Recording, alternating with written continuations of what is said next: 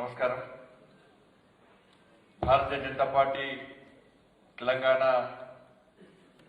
రాష్ట్ర శాఖ నిర్వహిస్తున్నటువంటి రాష్ట్ర కార్యవర్గ సమావేశాల సందర్భంగా వేదిక మీద ఆశించినటువంటి పెద్దలు భారతీయ జనతా పార్టీ జాతీయ ఉపాధ్యక్షురాలు శ్రీమతి డి.కె.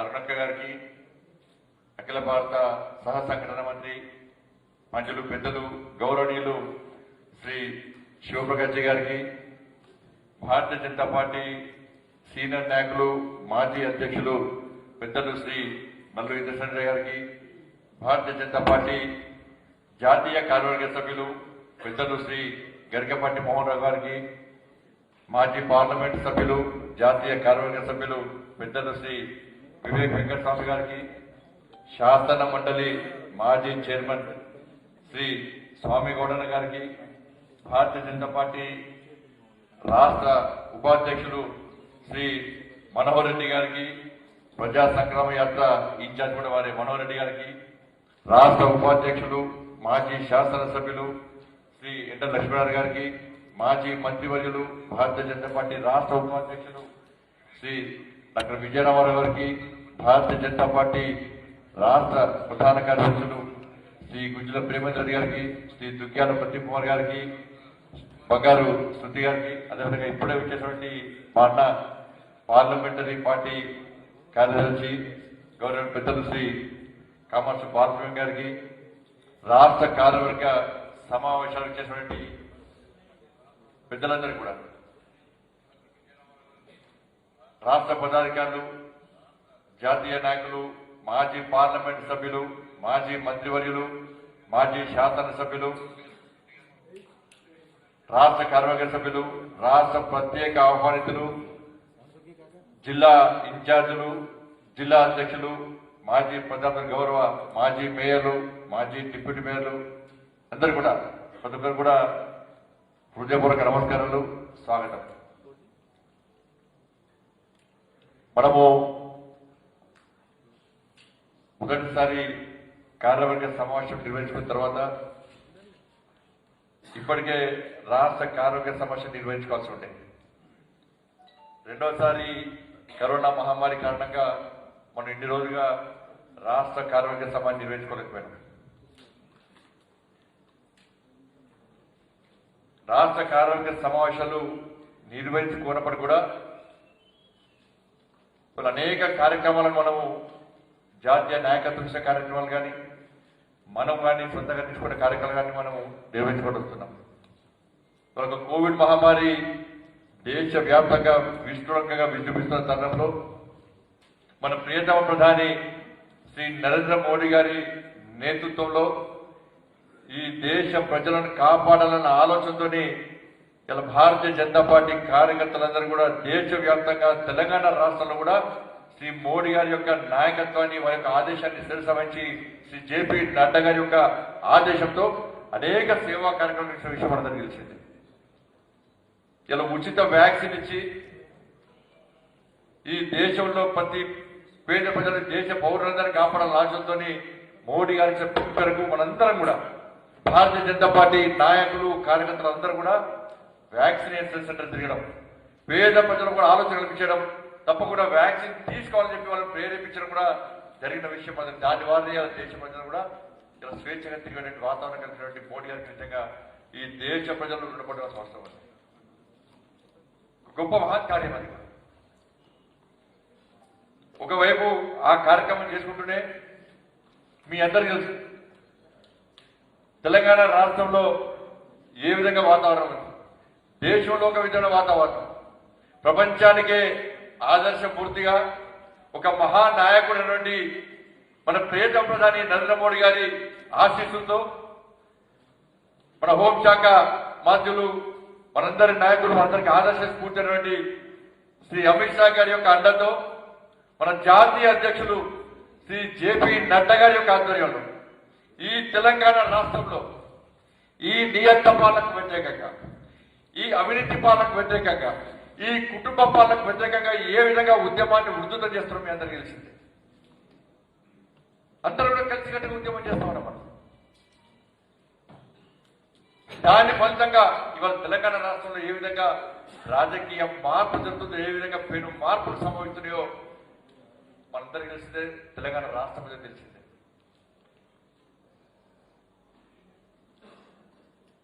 మొన్న జరిగిన ట్రైనింగ్ క్యాంప్ అనేక విషయాలు స్పష్టం చేశాను నేను. నియంత పాలన, అవినీతి పాలన, కుటుంబ పాలనను ఈ దేశ ప్రజలు, ఈ రాష్ట్ర ప్రజలు ఎట్టి పరిస్థితుల్లో సహించరన్న విషయాన్ని అనేక ఉదాహరణలు ఈ రోజు మన కళ్ళ ముందు కనిపిస్తా ఉన్నాయి. దేశంలో ఇందిరాగాంధీ గారి పాలన నుంచి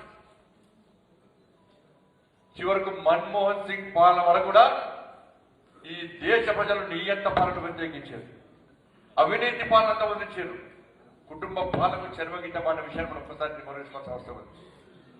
ఈ తెలంగాణ రాష్ట్రంలో కూడా కాంగ్రెస్ పార్టీ పాలన నుంచి మొన్నటి చంద్రబాబు నాయుడు గారి పాలన వరకు కూడా అవినీతి పాలనకు వ్యతిరేకంగా, నియంత పాలనకు వ్యతిరేకంగా, ఇలా కుటుంబ పాలనకు వ్యతిరేకంగా ఉద్యమించడానికి చరిత్ర గతంలో ఉమ్మడి ఆంధ్రప్రదేశ్ తెలంగాణ రాష్ట్రంలో. ఇవాళ అన్ని మిళితమై ఈ తెలంగాణ రాష్ట్రాన్ని పాలిస్తున్న పార్టీ టీఆర్ఎస్ పార్టీ. అటువంటి నియంత ఈ రాష్ట్ర ముఖ్యమంత్రి. అవినీతి రాజ్యం వెళ్తుంది తెలంగాణ రాష్ట్రంలో, నియంత పాలన కొనసాగుతుంది తెలంగాణ రాష్ట్రంలో, ఒక కుటుంబ పాలన కొనసాగుతుంది తెలంగాణ రాష్ట్రంలో.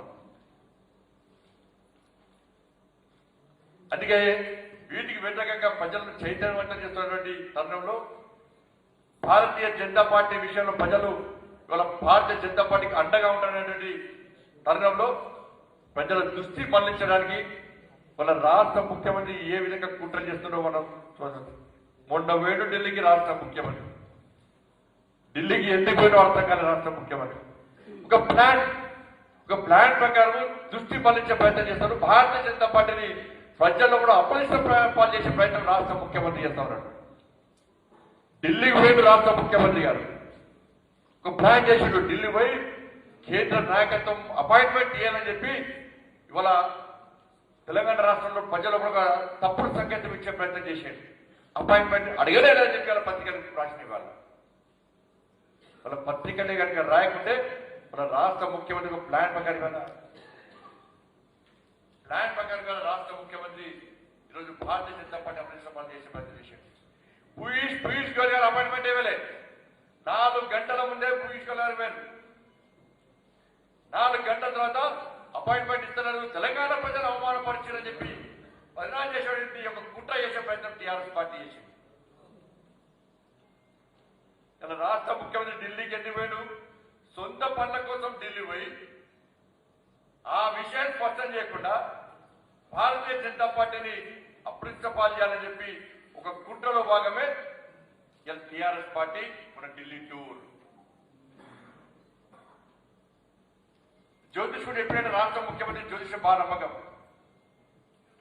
జ్యోతిష్కుడు ఎప్పుడైనా రాష్ట్ర ముఖ్యమంత్రికి నీ రాజకీయ పతనం ప్రారంభమైంది, నేను ఎవ్వరు కాపాడలేరు, నువ్వు ఎన్ని పూజలు చేసినా ఎన్ని యాగాలు చేసినా నీకు రాజకీయ పతనం ప్రారంభమైంది, నువ్వు శిశుపాలు వైపని చెప్పి వాళ్ళ జ్యోతిష్కుడే రాష్ట్ర ముఖ్యమంత్రికి చెప్పినారు. అందుకే ఏమీ కాదని చెప్పి కొత్త నాటకాన్ని తెలియజేసి రాష్ట్రం తెగించి రాష్ట్రం ఏమనగాదు. నేను బదనామైనా పర్లేదు, నన్ను ప్రజలు చీదరించినా పర్లేదు, నన్ను ప్రజలు చీత్కరించినా పర్లేదు, నేను మాత్రం భారతీయ జనతా పార్టీని అప్రతిష్టపాలి. ఈ తెలంగాణ రాష్ట్రంలో భారతీయ జనతా పార్టీని అడ్డుకుంటే నాకు తిరుగులేదు అని చెప్పి అలా రాష్ట్ర ముఖ్యమంత్రి భావించే ఇవాళ ఇలాంటి నీచమైన కార్యక్రమాలకు రాష్ట్ర ముఖ్యమంత్రి పాల్పడుతున్నాడు. నేను అంటూ నాకు కూడా జ్యోతిష్కుడు బాగా నమ్మకం, నాకు జ్యోతిష్కుడు కలిసాడు. నేను నమ్మే జ్యోతిష్కుడు నాకు చెప్పాడు, తెలంగాణ రాష్ట్రంలో తెలంగాణ ప్రజలకు మంచి రోజులు రాబోతున్నాయి, పేదలకు న్యాయం జరగబోతుంది, అనేక మంది అమరుల త్యాగాల ఫలితంగా తెలంగాణ రాష్ట్రాన్ని సాధించుకున్న మనం. తెలంగాణ తల్లి ఇలా గడిలో బందీ అయిపోయింది, ఆ తెలంగాణ తల్లికి విముక్తి కాబోతున్నది. అది భారతీయ జనతా పార్టీ ద్వారా మాత్రమే సాధ్యమని చెప్పి ఆ జ్యోతిష్కుడు నాకు చెప్పాడు. మీరు చెమటోడ్చండి, రక్తాన్ని ధారవేయండి, నేను నేను అడుగుతున్నాను మీ అందరినీ రిక్వెస్ట్ చేస్తున్నానా, మీ అందరికీ అప్పీల్ చేస్తున్నానా, ఆ జ్యోతిషుడు చెప్పింది వాస్తవం చేద్దామా లేదా ఒక్కసారి చెప్పండి. రక్తాన్ని దారవేయడానికి మీరందరూ సిద్ధమా ఒక్కసారి చెప్పండి. మీరు సిద్ధమంటే ఈ తెలంగాణ రాష్ట్రంలో ఈ మూర్ఖత్వం పాలనకు వ్యతిరేకంగా, ఈ అవినీతి పాలనకు వ్యతిరేకంగా, ఈ గడిల పాలనకు వ్యతిరేకంగా, ఈ కుటుంబ పాలన వ్యతిరేకంగా ఎట్టి పరిస్థితుల్లో మీ అందరి సహకారంతో, కార్యకర్తల సహకారంతో ఉద్యమించే బాధ్యత నాది. మా అందరి విషయాన్ని ఒక్కసారి గుర్తుంచుకోవాలి.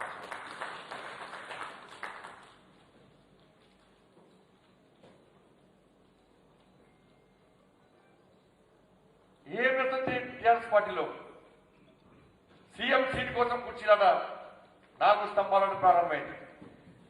ప్రగతి భవన్లో డైనింగ్ టేబుల్ మీద జరిగే కొట్టాటంతా మనకు తెలుసు. రాష్ట్ర ముఖ్యమంత్రి ప్రతిసారి ఏదో ఒక విషయంతో మన టీఆర్ఎస్ పార్టీ నాయకులను వాళ్ళ ప్రజలను కాపాడుకునే ప్రయత్నం చేస్తున్నాడు. కొట్టాట స్ట్రాటజీ ముఖ్యమంత్రి కుటుంబంలో తిరిగి అధికారంలోకి వచ్చే అవకాశం లేదు. ఈ ప్రభుత్వం ఉంటుందా పుట్టదా గ్యారెంటీ లేదు. ఇలా కొడుకు ప్రశ్నిస్తున్నాడు, ముఖ్యమంత్రి ఎప్పుడు చేస్తామని చెప్పి కొడుకు ప్రశ్నిస్తున్నాడు. ఒకవైపు బిడ్డ ప్రశ్నిస్తున్నది, నన్ను ఎప్పుడే ముఖ్యమంత్రి చేస్తామని చెప్పి. ఒకవైపు అల్లుడు ప్రశ్నిస్తున్నాడు, నన్ను ముఖ్యమంత్రి ఎప్పుడు చేస్తామని చెప్పి. 4 ముక్కలాట, 4 స్తంభాలాట. ఇవాళ ముఖ్యమంత్రి ప్రగతి భవన్లో డైనింగ్ టేబుల్ మీద జరుగుతున్న యుద్ధమే ముఖ్యమంత్రి టూర్.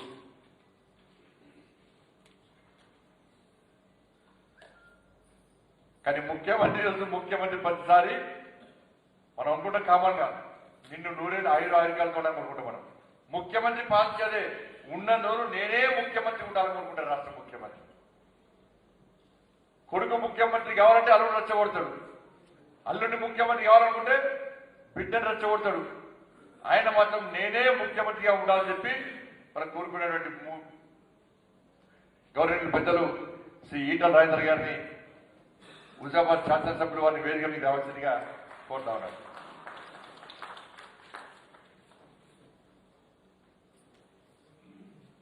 కాబట్టి ఇటువంటి విషయంలో ప్రశ్నించేటువంటి వ్యక్తులను టీఆర్ఎస్ పార్టీ నుంచి గెట్టి వచ్చే ప్రయత్నిస్తాడు. దానికి ఉదాహరణ మన ఈటల రాజేంద్ర గారు. మేము ఉద్యమకారులం, తెలంగాణ రాష్ట్రాన్ని సాధించడంలో ప్రధాన భూమిక పోషించిన వ్యక్తులం మేము. అన్నిటికీ తెగించి కొట్లాడే వ్యక్తులం మేము. మన ఉద్యమకారులకు టీఆర్ఎస్ పార్టీలో స్థానం లేదు, అవమానం జరుగుతుందని చెప్పి ప్రశ్నించినటువంటి వ్యక్తులను ఈటల రాజేంద్ర గారి వ్యక్తులందరూ కూడా బయటికి పంపించే ప్రయత్నం టీఆర్ఎస్ పార్టీ జరుగుతుంది. అది కూడా కుట్రలో భాగమే. నిజమైన ఉద్యమకారులకు స్థానం ఉండదు, వాళ్ళు మనల్ని ప్రశ్నిస్తారని చెప్పి ఒక చెడు ఆలోచనతో ఈరోజు టీఆర్ఎస్ పార్టీ నుంచి ఇలా బయటికి పెట్టేసిన పరిస్థితి మనం చూస్తా ఉన్నాం.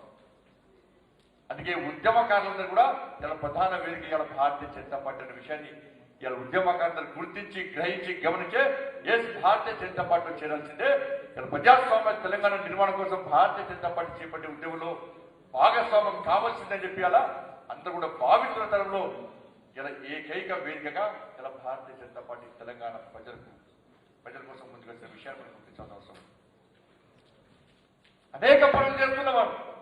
పోరాటం చేస్తున్న కార్యకర్తలను, నాయకులను కూడా ఇబ్బంది పెట్టే ప్రయత్నం టీఆర్ఎస్ పార్టీ ప్రభుత్వం చేస్తున్నది. మొన్న చేయాలి, మొన్న నల్గొండ జిల్లాలో, ఉమ్మడి జిల్లాలో కొనుగోలు కేంద్రాలను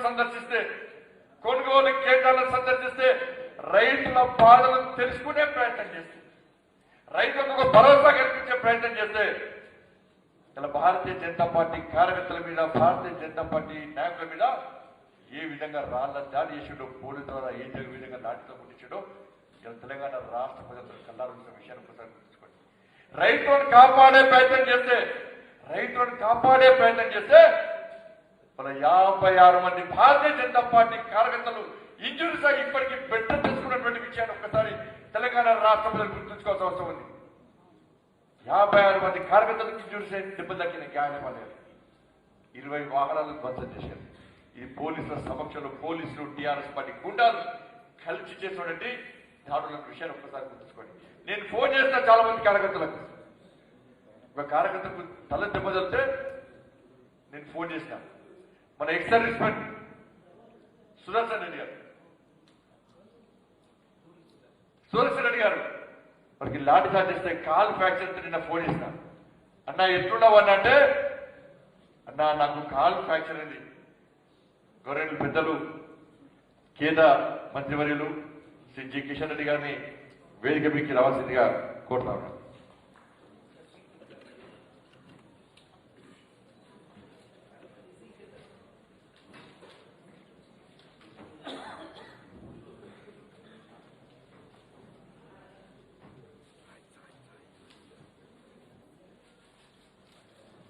పెద్దలు తమిళనాడు సభ్రవారి సిపి సుధాకర్ గారి వేదిక మీద రావాల్సిందిగా కోరుతాను. మళ్ళా సుదర్శన్ రెడ్డి గారిని నేను ఫోన్ చేసి అంటే, నాకేం బాధ లేదన్నా, కానీ కాలి గాయమైందని బాధపడుతున్నా. గాయమైంది కాదన్నా, ఇంకా ఉద్యమం చేయాలి, తొందర బెడ్ రెస్ట్ కంప్లీట్ అయ్యి బయటికి రావాలన్నా, భారతీయ జనతా పార్టీ జెండా పట్టుకొని ఉద్యమించాలని తప్పన నాలో పడుతుందా, ఎక్కడ భయపడే ప్రసక్తే లేదని చెప్పి అలా సుదర్శన్ గారి పేరు. ఓ కార్యకర్తకు తల గాయమైతే, అన్నా చచ్చిపోయే పరిస్థితి ఉందన్నా, నా తలకు గాయమైందన్నా, నేను కోమాలో పోతాను భయపడ్డా, నేను కోమాలో పోతాను చెప్పి నా ఆరోగ్యం గురించి బాధపడలే అన్నా. నేను తెలంగాణ రాష్ట్రంలో భారతీయ జనతా పార్టీని అధికారులు తీసుకురావడం లక్ష్యంగా పనిచేస్తున్నాను కాబట్టి ఆ అద్భుత సన్నివేశాన్ని నా కళ్ళారా చూడాలని తప్పని తప్ప గాయపడ్డా అని చెప్పి బాధపడతలేనని చెప్పి ఆ కార్యకర్త చెప్తుంటే నిజంగా చూసి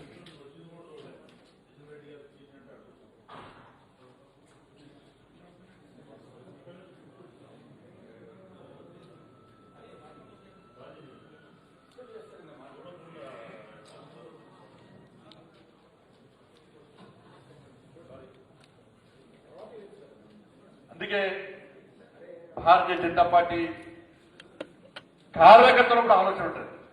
అంటే ఈ ఆలోచన వట్టి రాజు ఆలోచన. ఇక్కడ చాలా మంది నాయకులు కార్యకర్తలు భారతీయ జనతా పార్టీలో వివిధ క్షేత్రాల్లో పనిచేసే కార్యకర్తలు ఉన్నారు. అందరికీ తెలుసు భారతీయ జనతా పార్టీ దమ్మేందో, భారతీయ జనతా పార్టీ కార్యకర్తలు సత్తాయిందో అందరికీ తెలుసు.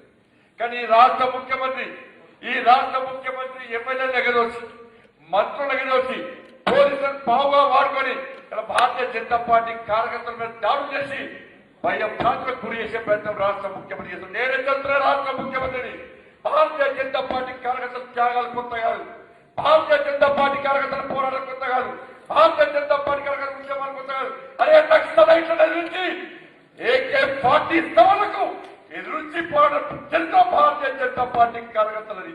నక్సలైట్ ఉద్యమాలు చెప్పినప్పుడు కూడా భారత్ మాతాకి జై, వందే మాత్రం, జై శ్రీరామ్ అంటూ గర్జించిన కార్యకర్తల పార్టీ భారతీయ జనతా పార్టీ. నీ తాటాకు చెప్పులకు, నీ బెదిరింపులకు భయపడే పార్టీ కాదు, భయపడే కార్యకర్తలు భారతీయ జనతా పార్టీ కార్యకర్తలు కారణ విషయాన్ని రాష్ట్ర ముఖ్యమంత్రి గుర్తుంచుకోవాలి. దశాబ్దాల కాలం నుంచి అనేక మంది కార్యకర్తలు బలిదానం చేసిన ఈ పార్టీ కోసం లక్షలాది మంది కార్యకర్తలు ఈ పార్టీని అధికారంలోకి తీసుకురావాలని కలగన్నారన్నారు. దానికోసం పనిచేస్తాం భారతీయ జనతా పార్టీ కార్యకర్తలు, దానికోసమే పనిచేస్తాం భారతీయ జనతా పార్టీ కార్యకర్తలు. అందుకే ఉద్యమిస్తున్నాం. అన్ని వర్గాల ప్రజల అన్యాయం గురించిన టీఆర్ఎస్ పార్టీ పాలన, ఈ రాష్ట్ర ముఖ్యమంత్రి యొక్క వ్యవహార శైలి వల్ల, ఈ రాష్ట్ర ముఖ్యమంత్రి యొక్క నియంత్రణతో పోకడం వల్ల అన్ని వర్గాల ప్రజలు ఇబ్బంది పడుతున్నారు. ముఖ్యంగా రైతాంగం. మన వానాకాలం పంట కొనాలని చెప్పి మేము అడుగుతుంటే, వానాకాలం పంట విషయంలో ప్రజలు ఇబ్బంది పడుతున్నారు భావిస్తే వాళ్ళు దాడులు చేస్తారు. రైతులకు రుణమాఫీ చేస్తానని రాష్ట్ర ముఖ్యమంత్రి రుణమాఫీ చేస్తాడు. సబ్సిడీలు ఎంత చేసిండు రాష్ట్ర ముఖ్యమంత్రి. ఇక్కడ రైతుల్లో కూడా చైతన్యం కలిగిన ముఖ్యమంత్రి కనీసం కలుస్తారు. అనేక విపత్కర పరిస్థితుల్లో ప్రకృతి వైపరీత్యం వల్ల వాళ్ళ రైతాంగం నష్టపోయి ఇబ్బందులు పడితే తినడానికి తిండి లేక ఇబ్బంది పడుతుంటే కనీసం 7 సంవత్సరాల కాలంలో ఏ ఒక్క రైతు కుటుంబాన్ని ఆదుకున్న దాఖలాలు లేవు.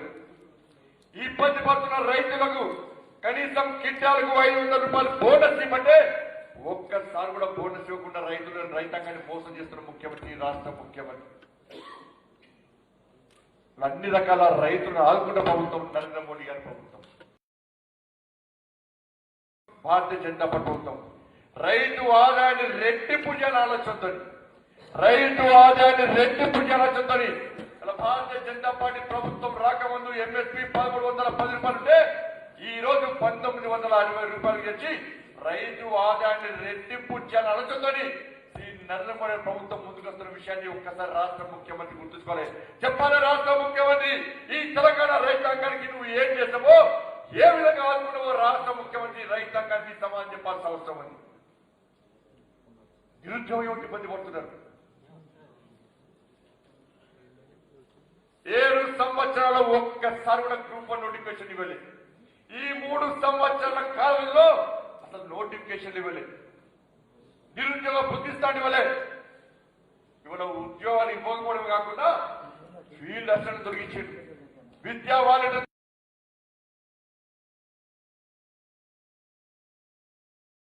మన కరోనా సమయంలో కష్టపడి ప్రాణాలకు తెగించి కుటుంబాలను పక్కబెట్టి సేవ చేసేటువంటి వైద్య సిబ్బంది తొలగించి ఉన్న సిబ్బంది కూడా జీతాలు ఇవ్వలేని పరిస్థితి తెలంగాణ రాష్ట్రంలో. మన నిరుద్యోగ యువత ఎదురుస్తున్నారు.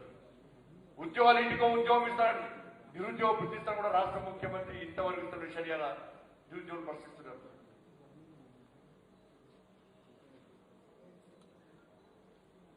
మన ఎస్సీల పరిస్థితి తెలుసుకుని అందరూ కూడా ఎస్సీ బీసీల పరిస్థితులు కానీ రాష్ట్రంలో ఏ విధంగా తెలుసు. దళితుడు ముఖ్యమంత్రి చేస్తాను మోసం చేసాడు, 3 ఎకరాలు ఇస్తాను మోసం చేసాడు, ఎస్సీ సబ్సిడీలు మొత్తం దారి మళ్లించాడు. మన తెలంగాణ ఏర్పడ్డ సమయంలో రోస్టర్ను 0 చేసి దాదాపు 13,000 ఉద్యోగాలను నీరుగార్చి ఎస్సీలను మోసం చేసిన ముఖ్యమంత్రి రాష్ట్ర ముఖ్యమంత్రి. అన్ని రకాల మోసం చేస్తూ మొన్న హుజామాబాద్ ఎన్నికల సందర్భంగా ఈటల రాజేందర్ గారిని ఓడగొట్టాలి, భారతీయ జనతా పార్టీని ఓడగొట్టాలని చెప్పి ఒక దురుద్దేశంతో ఇలా దళిత బంధువు పేరుతో ఇలా దళిత సమాజాన్ని తిరిగి ఏ విధంగా మోసం చేస్తుండో ఒక్కసారి దళిత సమాజం ఆలోచన అవసరం. ఇలా ఎస్టీలకు 10% రిజర్వేషన్ కల్పిస్తాడు. పోడు భూముల సమస్య ఎన్నికలు వస్తేనే పోడు భూముల సమస్య అంటాడు. ఎన్నికలు వస్తేనే పోడు భూముల సమస్యను పరిష్కరిస్తా, రేపే కూర్చొని పట్టాలు ఇస్తాన రాష్ట్ర ముఖ్యమంత్రి ఎన్నికల తర్వాత ఫారెస్ట్ అధికారులు ఒప్పించి ఇలా చేతికి వచ్చిన పంటని ఇలా నాశనం చేసుకోవాలా. ఎస్టీలను ఇబ్బంది పడుతున్న ముఖ్యమంత్రి రాష్ట్ర ముఖ్యమంత్రి. ఎస్టీ రిజర్వేషన్ ఇలా అమలు చేయకుండా మన మతపరమైన రిజర్వేషన్ల పేరుతో బిల్లుతోని ఢిల్లీ పంపి ఎస్టీల రిజర్వేషన్ రాకుండా అనుకున్న ముఖ్యమంత్రి రాష్ట్ర ముఖ్యమంత్రి. భారతీయ జనతా పార్టీ స్పష్టం చేసింది, మతపరమైన రిజర్వేషన్లు భారతీయ జనతా పార్టీ ఎట్టి పరిస్థితుల్లో వ్యతిరేకించి తీర్థమని చెప్పి భారతీయ జనతా పార్టీ యొక్క పాలసీ తీసుకొని దేశవ్యాప్తంగా ఈ విషయాన్ని ప్రకటించమని కూడా రాష్ట్ర ముఖ్యమంత్రి ఎస్టీలకు 10% రిజర్వేషన్ ఇవ్వద్దన్న దురుద్దేశంతోనే ఇలా మతపరమైన రిజర్వేషన్ బిల్లుతో ఢిల్లీకి పంపి ఇలా కేంద్ర ప్రభుత్వాన్ని భారతీయ జనతా పార్టీని అప్రతిష్ట చేసే ప్రయత్నం రాష్ట్ర ముఖ్యమంత్రి చేస్తున్నాడు. నిజంగా రాష్ట్ర ముఖ్యమంత్రికి ఎస్టీ రిజర్వేషన్ చేయాలని చిత్తశుద్ధి లేదు. ఆయనకు అధికారం ఉన్నప్పుడు కూడా ఆ నేరాన్ని కేంద్రం మీద నెట్టిపరిచాడు. ఎట్టి బస్సులో భారతీయ జనతా పార్టీ మతపరమైన రిజర్వేషన్ బిల్లు ఎట్టి బస్సులో ఒప్పుకునే ప్రసక్తి లేదు. ఈ తెలంగాణ రాష్ట్రంలో అన్ని వర్గాలను సమానంగా చూడాలని చెప్పి భారతీయ జనతా పార్టీ వేడుకుంటున్నది. అన్ని వర్గాలను సమానంగా చూడాలని భారతీయ జనతా పార్టీ ఆలోచిస్తున్నది. కానీ ఒక మతానికి కొమ్ము కాదు, ఒక వర్గానికి కొమ్ము కాదు, మతపరమైన రాజకీయాలను పెంచి పోషిస్తూ మైనార్టీ సంతుష్టికర విధానం అవలంబిస్తూ ఓటు బ్యాంకు రాజకీయాలకు టీఆర్ఎస్ పార్టీ ఎంఐఎం పార్టీ పాల్పడితే ఎట్టి పనులు అడ్డుకోవడానికి భారతీయ జనతా పార్టీ సిద్ధంగా ఉందన్న విషయాన్ని గుర్తుంచుకోండి. ముఖ్యమంత్రి అంటున్నాడా, బీహార్లో 5 సీట్లు ఎంఐఎం పార్టీ గెలిచింది, బీహార్లో 5 సీట్లు ఎంఐఎం పార్టీ గెలిచింది.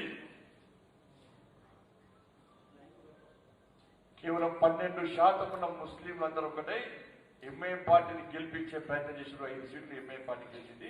ఈ తెలంగాణ రాష్ట్రంలో కూడా మనం ఎంఐఎం పార్టీతో కలిసి ఉంటే తప్పకుండా తిరిగి అధికారంలోకి వస్తామని చెప్పి ఎంఐఎం పార్టీ టీఆర్ఎస్ పార్టీ కలిసి మన మైనార్టీ సంతుష్టీకరణ విధానం అనిపిస్తూ ఒక వర్గ ఓట్ల ద్వారా తెలంగాణ రాష్ట్రంలో తిరిగి రాజ్యాధికారం చెలాయించే ప్రయత్నం రాష్ట్ర ముఖ్యమంత్రి టీఆర్ఎస్ పార్టీ ఎంఐఎం పార్టీ చేస్తున్నారు. నేను అడుగుతున్న తెలంగాణ రాష్ట్ర ప్రజలను, అరే 12% ఉన్న వాళ్ళు ఒక్కటే 5 సీట్లు బీహార్లో గెలిస్తే ఈ తెలంగాణ రాష్ట్రంలో కూడా ఎంఐఎం పార్టీ టీఆర్ఎస్ పార్టీ కలిసి 12% ఓట్లతో రాజ్యాధికారాన్ని సాధించే ప్రయత్నం చేస్తున్న విషయాన్ని ఈ తెలంగాణ సమాజం ఒక్కసారి ఆలోచించండి. నేను మీకు అప్పీల్ చేస్తున్నా, 80% ఉన్న హిందువులు 80% ఈ తెలంగాణ రాష్ట్రంలో హిందువులుంటే మీరందరూ ఓటు బ్యాంక్ గా మారితే టీఆర్ఎస్ పార్టీ ఎంఐఎం పార్టీ కుట్రను పట్టా పంచం చేస్తూ ఈ మైనార్టీ సంతుష్టి కమిటీలకు సజీవ సమాజ్ చేస్తూ మన అందరము ఏ విధంగా రాజ్యాధికారాన్ని చెలాయించలేమో ఒక్కసారి హిందూ సమాజం ఆలోచించాల్సిన అవసరం ఉందని చెప్పి ఈ రాష్ట్ర కార్మిక సమావేశాల వేదిక సందర్భంగా మీ అందరి పరామాలు 80% హిందువులను ఓట్లంగా మారుతాం. ఈ తెలంగాణ రాష్ట్రంలో మైనార్టీ సంతుష్టి కమిటీలకు సమాధి కడతాం. ప్రజాస్వామ్య తెలంగాణ నిర్మాణం కోసం భారతీయ జనతా పార్టీ ఉద్యమం చేస్తున్న విషయాన్ని ఈ రాష్ట్ర కార్యవర్గ సమావేశాల సందర్భంగా తెలంగాణ ప్రజలకు నేను విజ్ఞప్తి చేసి అప్పీల్ చేస్తాను, విషయాన్ని స్పష్టం చేస్తాను. ఇలా బీసీల పరిస్థితి అదే. ఆత్మ గౌరవ భవనం అన్నాడు, కనీసం ఇంతవరకు ఇక్కడ ప్రారంభించలేదు. ఫీజు రియంబర్స్మెంట్ ఇప్పుడు కూడా బీసీలకి వచ్చే ఫీజు రియంబర్స్మెంట్ ఇవ్వకపోవడం వల్ల ఇలా కాలేజీలను కూడా తిరిగి విద్యార్థులకు సర్టిఫికేట్ లేక తిరిగి ఫీజులు చెల్లించే పరిస్థితి లేక ఇలా పూర్తిగా సంవత్సర కాలం వల్ల విద్యా వ్యవస్థ మొత్తం నాశనమైన పరిస్థితి వల్ల తెలంగాణ రాష్ట్రం వచ్చింది. బీసీ గారు అంటున్నాడు రాష్ట్ర ముఖ్యమంత్రి, నువ్వు తెలంగాణ రాష్ట్ర వ్యాప్తంగా కర్ఫ్యూ పెట్టి సమగ్ర సర్వే పేరుతోని గొర్రెల్ని బర్రెల్ని కోళ్ళని అని చెప్పి సర్వే చేసిన రాష్ట్ర ముఖ్యమంత్రి పెట్టు బయట పెట్టు సర్వే రిపోర్ట్. నీ దగ్గర రిపోర్ట్ అనే విషయాన్ని ఒకసారి బయట పెట్టు. దాన్ని మాయం చేసే విధంగా దృష్టి మళ్లించే విధంగా కొత్త జ్ఞానంతో కొత్త సమస్యను బయట తీసుకొచ్చేలా ఇలా బీసీలను ఇబ్బంది పెట్టే ప్రయత్నం చేస్తున్నాడు. ఎంబీసీ పేరుతో బీసీ కులాల్లో చిచ్చు పెట్టాడు. ఎంబీసీ ₹1 నిలవకుండా కనీసం చైర్మన్ కూడా నియమించకుండా ఎంబీసీ పేరుతో ఇబ్బంది పెట్టే ప్రయత్నం చేస్తున్నాడు. కులాల పేరుతో సమాజాన్ని చీల్చే ప్రయత్నం చేస్తున్న రాష్ట్ర ముఖ్యమంత్రి. అందుకే ఎక్కడికి పోయిన రైతులు భారతీయ జనతా పార్టీ కార్యకర్తలు కనబడితే 2 చేతులు పైన పెట్టి మీరే మాకు అండ, మీకండగా మేముంటని చెప్పి రైతులు భారతీయ జనతా పార్టీని ఆశీర్వదిస్తున్నారు.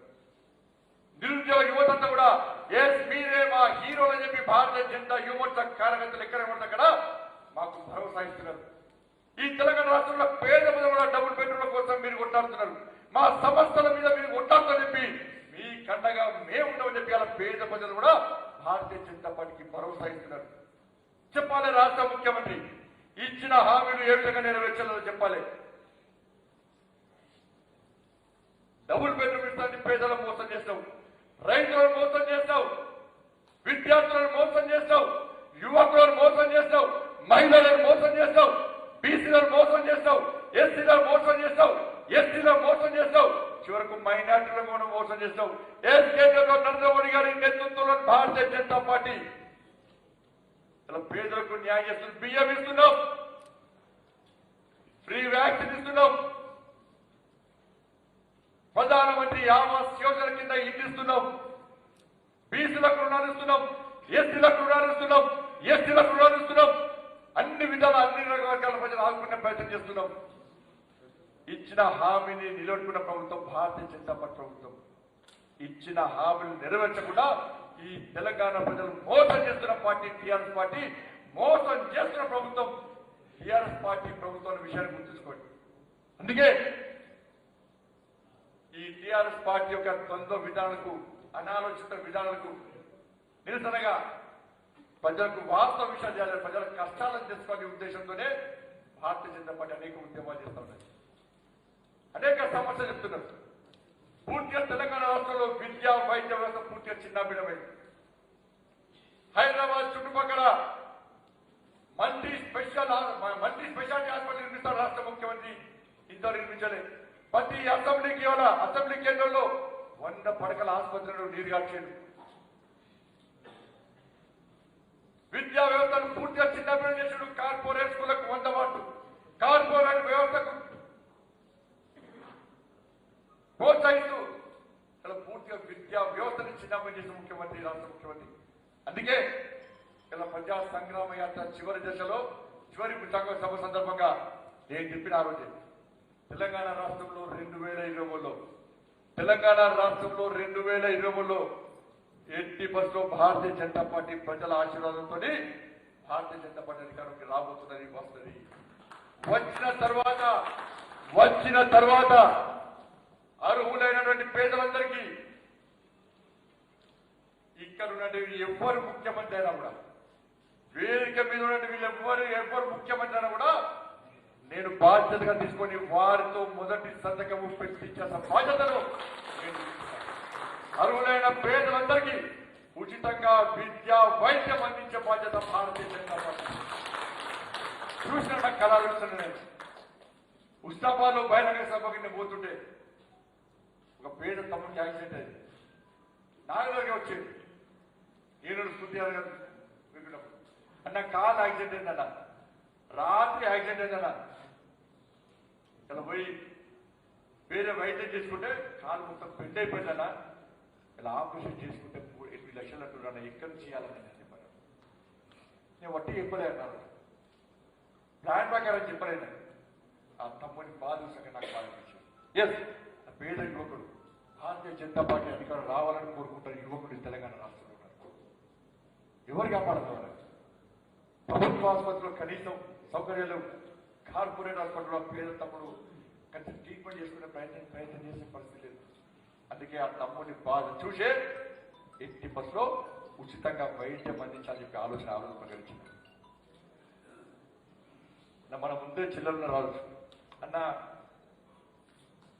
ఎక్స్టేప్ నేను ఆర్మీలో పోవాలనుకుంటున్నా, చదువుకోవడానికి ఇబ్బంది వస్తుంది, నాకు చదువుకోవడానికి పైసలు లేవు, నా కుటుంబం కూలీ ఇస్తుందన్న, అది ఎవరు కాపాడాలన్నా, ఎవరు చదివించాలంటే అది చూసిన తర్వాతనే ఉచిత వైద్యం. మనం అందుకే ఉచిత వైద్యం, అర్హులైన పేదలు కూడా ఉచిత వైద్యం, ఉచిత విద్య తప్పకుండా ఇప్పించే బాధ్యత భారతీయ జనతా పార్టీ విషయాన్ని ఒక్కసారి గుర్తుంచుకోండి.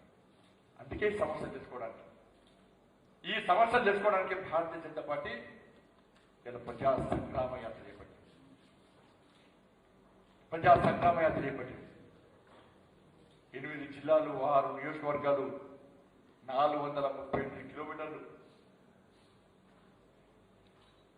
6 పార్లమెంట్ నియోజకవర్గాలు, 19 అసెంబ్లీ నియోజకవర్గాల్లో భారతీయ జనతా పార్టీ చేపట్టిన ప్రజా సంగ్రామ యాత్ర మీ అందరి సహకారంతో, ప్రజల ఆశీర్వాదంతో ఏ విధంగా విజయవంతమైందో మీరందరికీ తెలిసిందే. ప్రజా సంగ్రామ యాత్ర విజయవంతం అవడం ద్వారానే రాష్ట్ర ముఖ్యమంత్రి భయం స్టార్ట్ అయింది, రాష్ట్ర ముఖ్యమంత్రి వణుకు స్టార్ట్ అయింది.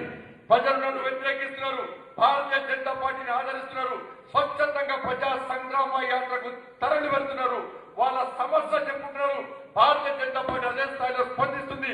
నరేంద్ర మోడీ గారి నాయకత్వంలో భారతీయ జనతా పార్టీ ప్రభుత్వం చేస్తున్న సంక్షేమ పథకాలను ఈ తెలంగాణ రాష్ట్ర ప్రజలకు వివరించడం ద్వారా తెలంగాణ రాష్ట్ర ప్రజలు నన్ను వ్యతిరేకిస్తున్న ఆలోచన రాష్ట్ర ముఖ్యమంత్రిలోకి రావడం వల్లనే రాష్ట్ర ముఖ్యమంత్రిని భారతీయ జనతా పార్టీని టార్గెట్ చేసి భారతీయ జనతా పార్టీ విషయంలో ప్రజలు కూడా తప్పుడు సంకేతాలు వెళ్లే విధంగా ఏ విధంగా వివరిస్తుందో, ఏ విధంగా రాక్షస అవతారం ఇచ్చి వివరిస్తుందో ఒక్కసారి తెలంగాణ ప్రజలు కూడా ఆలోచించిన విషయాన్ని రాష్ట్రం మనందరూ గుర్తించుకోవాల్సి వస్తుంది. ఆపే ప్రసక్తి లేదు. ప్రజా సంగ్రామ యాత్ర, ప్రజా సంగ్రామ యాత్ర ఎట్టి బస్సులో డిసెంబర్ 15 నుంచి 20 వరకు లోపల 2వ విడత ప్రజా సంగ్రామ యాత్ర తప్పకుండా చేపడతాం. ఈ రాష్ట్ర ముఖ్యమంత్రి యొక్క నియంత కుటుంబ పాలన, అవినీతి పాలనకు వ్యతిరేకంగా ప్రజల లోపల చైతన్యం కలిగిస్తాం. ప్రజలందరి లోపల వాస్తవాల విషయాలు చెప్తాం. ఎట్టి బస్సులో 2023లో తెలంగాణ రాష్ట్రంలో అధికారం రావడమే లక్ష్యంగా పేదల ప్రభుత్వం కోసం ఈ ప్రజా సంగ్రామ యాత్రను తప్పకుండా చేపడుతున్న విషయాన్ని ఈ రాష్ట్ర కార్యవర్గ సమావేశం సందర్భంగా మీ అందరికీ విజ్ఞప్తి చేస్తాను, స్పష్టం చేస్తాను. అందుకే తెలంగాణ రాష్ట్రంలో మార్పులు జరుగుతూ ఉన్నాయి. దుబ్బాక ఎన్నికల్లో రఘునందనరావు గారు కష్టపడి గెలిచిన తర్వాత, ప్రజా అభిమానంతో గెలిచిన తర్వాత, కార్యకర్తల కష్టాలతో గెలిచిన తర్వాత వెంటనే జిహెచ్ఎంసీ ఎన్నికల్లో గెలిచాం. మనం దాన్ని స్ఫూర్తి కలుసుకొని దుబ్బాకలో TRS party, Congress party vote బ్యాంకులు మనం రాబట్టుకున్నాం. ఇవాళ జిహెచ్ఎంసీ ఎన్నికల్లో అన్ని వర్గాల ప్రజల ఓట్లతోని, భాగ్యలక్ష్మి అమ్మవారి ఆశీర్వాదంతో, ఆ తల్లి ఆశీర్వాదంతో 48 సీట్లు గెలుచుకున్న విషయాన్ని ఒక్కసారి గుర్తుంచుకోవాల్సిన అవసరం. ఇప్పుడు చాలా సందర్భాలు ఇబ్బంది పెట్టారు. భారతీయ జనతా పార్టీ మత విద్వేషాల రగులుతుంది. హైదరాబాద్ భాగ్యనగర్ లోని భాగ్యలక్ష్మి దేవాలయం గురించి పాకిస్తాన్, ఇండియా అంటున్నారని చెప్పి, కానీ భాగ్యనగర్ ప్రజల ఆలోచన ప్రజలు బ్యాంక్ మారారు. అదే భాగ్యలక్ష్మి దేవాలయం భాగ్యనగరానికి సంబంధించింది.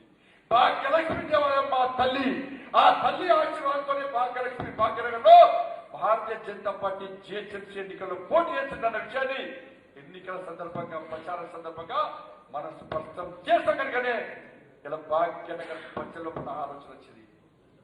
మనం ఓటు బ్యాంక్ మారితే ఏ విధంగా ఫలితాలు వస్తాయో జిహెచ్ఎంసీ ఎన్నికల సందర్భంగా వచ్చిన ఫలితాలను మనం పూర్తిగా వస్తుంది. రాబోయే రోజుల్లో తెలంగాణ రాష్ట్రంలో కూడా అదే ఓటు బ్యాంక్ మారబోతున్న విషయాన్ని మనం గుర్తుంచుకోవాల్సి ఉంది.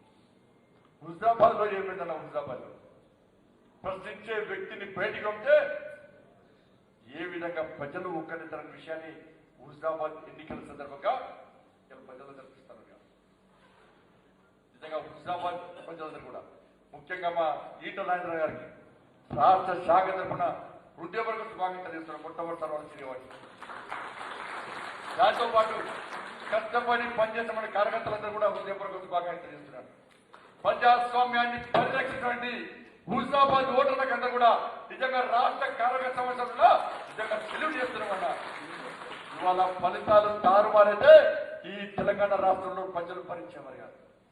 కొత్తగా రాజకీయాలకు వచ్చింది దేశ సేవ చేయాలి, సమాజ సేవ చేయాలని చెప్పి సమస్యతో కొత్తగా రాజకీయాలకు వచ్చే వారికి నిజంగా హుజరాబాద్ ఎన్నికల హుజరాబాద్ ప్రజల స్టిప్పు స్ఫూర్తి. అది 500 కోట్లు ఖర్చు పెట్టారు, వేల కోట్ల రూపాయలను అభివృద్ధి పేరుతో ఖర్చు పెట్టారు. అయినా కూడా ప్రజాభిమానం ఈటల రాజేంద్ర తక్కువలేకపోయారు, ఎదురించలేకపోయారు. నరేంద్ర మోడీ గారి నాయకత్వంలో సంక్షేమ పథకాలు ప్రజలు గుర్తించారు. భారతీయ జనతా పార్టీ కార్యకర్తలు కష్టపడి పనిచేశారు. అందుకే రాష్ట్ర ముఖ్యమంత్రి చెల్లుమనే విధంగా హుజరాబాద్ ప్రజలు భారీ మెజార్టీ అనే విషయాన్ని ఒక్కసారి మనం గుర్తుంచుకోవాల్సిన అవసరం. ఈ తెలంగాణ రాష్ట్రంలో ఉప ఎన్నికలు జరిగితే 2 ఉప ఎన్నికల్లో టీఆర్ఎస్ పార్టీ స్థానాలను ఇలా భారతీయ జనతా పార్టీ కైవసం చేసుకొని ఏ విధంగా విజయ దుందుబి ప్రోగించిందో ఒక్కసారి మనం ఆలోచించాల్సి. రాబోయే రోజుల్లో కూడా ఎప్పుడు ఎన్నికలు వచ్చినా రాష్ట్ర ముఖ్యమంత్రి అనుకుంటారు 2022లో ఎన్నికలు రావాలని కోరుకుంటారు రాష్ట్ర ముఖ్యమంత్రి. నేను స్పష్టం చేస్తున్నా, 2022లో ఎన్నికలు వచ్చినా 2023లో ఎన్నికలు వచ్చినా కూడా ఈ తెలంగాణ రాష్ట్రంలో అధికారంలోకి వచ్చేది కేవలం భారతీయ జనతా పార్టీ విషయాన్ని రాష్ట్ర ముఖ్యమంత్రి చేస్తున్నారు. అర్థం చేసుకోవాలి, వాస్తవాలు గ్రహించాలని మేము కోరుతున్నాను. రాష్ట్ర ముఖ్యమంత్రి చేస్తున్నా, నువ్వు ఎన్ని పిల్లిగంతులు చేస్తా ఏం చేస్తా కూడా తెలంగాణ ప్రజలు సిద్ధమయ్యారు. ఈ అరాచక పాలనకు తెలంగాణ ప్రజలు భరించలేకపోతున్నారు. అందుకే సోదరులారు ఇలా రాష్ట్ర కార్యవర్గ సమావేశంలో నిర్వహించుకుంటాం. మనం ఈ రోజు తీసుకున్న నిర్ణయాలు మన వ్యక్తిగతంలో గ్రామాల వారిగా జిల్లాల వారిగా మనం ఆందోళన చేయాల్సిన అవసరం ఉంది. ఎక్కడ భయపడాల్సిన అవసరం లేదు. మనందరం నాయకులు, మనమందరం కూడా మనం స్ఫూర్తి అందుకొని మనం ముందుకు కాకుండా కార్యకర్తలు సిద్ధంగా ఉన్నాం. ఏ కార్యకర్తలు భయపడుతున్నారు తెలంగాణ రాష్ట్రంలో? కార్యకర్తలకు ఒకటే ఆలోచన, ఒకటే తపన. ఇప్పుడు మన కళ నెరవేరబోతున్నది. పార్టీ కోసం ప్రాణత్యాగం కార్యకర్తల ఆశ నెరవేరబోతున్నాయి. మళ్ళీ అవకాశం రాదు. కానీ ఆ త్యాగతల ఆశ నెరవేర్చడమే లక్ష్యంగా ప్రతి భారతీయ జనతా పార్టీ కార్యకర్తలు పనిచేయడానికి సిద్ధంగా ఉన్నారు. చేస్తున్నారు. మనందరం పనిచేస్తున్నారు.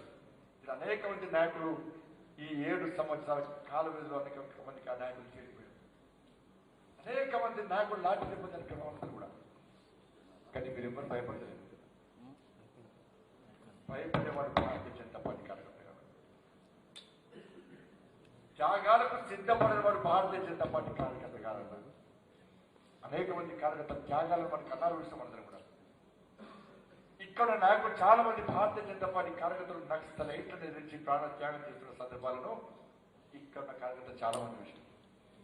మా ఇంద్రసేనరెడ్డి గారు ఎంతోమంది కార్యకర్తలు తయారు చేసిన వ్యక్తి, ఎంతో మంది కార్యకర్తలు కాపాడిన వ్యక్తి ఇంద్రసేనరెడ్డి గారు. అలాంటి అనేక మంది కార్యకర్తలు తయారు చేసిన వ్యక్తి ఇంద్రసేనరెడ్డి గారు. కార్యకర్తల అంతిమ సంస్కరణలో అనేక మంది కార్యక్రమాలు పాల్గొని వాళ్ళని స్ఫూర్తిగా తీసుకొని వాళ్ళ యొక్క ఆశయాలను, వాళ్ళ యొక్క ధైర్యాన్ని చెప్పి మాలో కూడా స్ఫూర్తిని పడిన వ్యక్తులు ఇంకా చాలా మంది వేదిక మీద ఉన్నారు.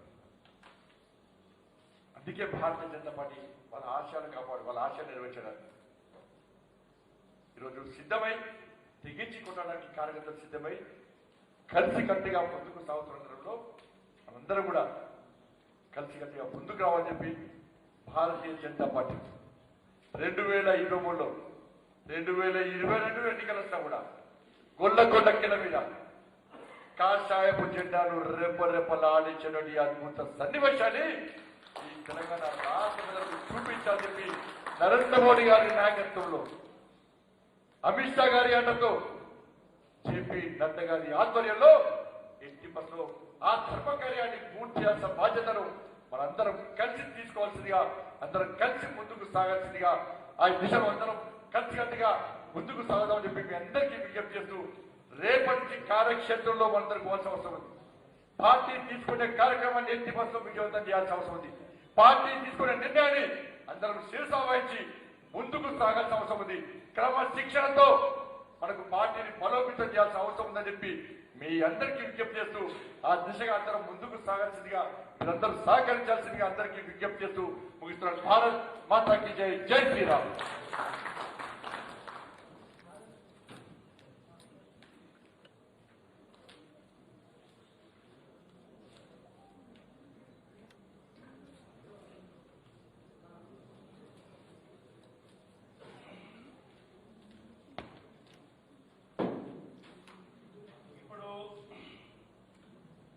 హైదరాబాద్లో అఖండ విజయం సాధించి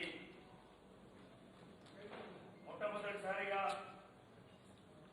మన రాష్ట్ర కార్యవర్గ సమావేశాలకు వచ్చినటువంటి జాతీయ కార్యవర్గ సభ్యులు, మాజీ మంత్రివర్యులు, 7 సార్ల ఎమ్మెల్యేగా గెలిచినటువంటి విశేష అనుభవం ఉన్నటువంటి పెద్దల గౌరవనీయులు ఈటల రాజేందర్ గారిని, మన రాష్ట్ర అధ్యక్షులు గారు శ్రీ బండి సంజయ్ గారు ఇప్పుడు వారికి సన్మానం చేస్తారు.